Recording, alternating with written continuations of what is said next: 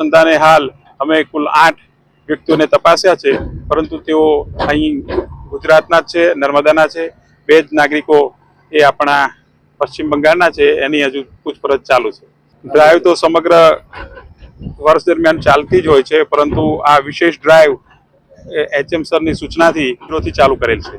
અમારી પાસે લોકલ લોકોનો સંપર્ક હોય છે, અમારા અંગત બાતમીદારો પણ હોય છે અને અમારી પાસે બીજી માહિતીઓ પણ હોય છે, જેના આધારે અમે એમને તપાસ કરતા હોઈએ છીએ અને એમને ડિટેક્ટ કરતા હોઈએ છીએ। એ મોટા ભાગે રાજપીપળા, દેડિયાપાડા અને તિલકવાડા વિસ્તારના છે અને જેઓની તપાસ ચાલુ છે। સાચી વાત છે, હજુ સુધી એ બાજુના વિસ્તારના કોઈ શંકાસ્પદ આપણને ધ્યાને આવેલ નથી અને ધ્યાને આવશે તો ચોક્કસ કાયદેસરની કાર્યવાહી કરવામાં આવશે।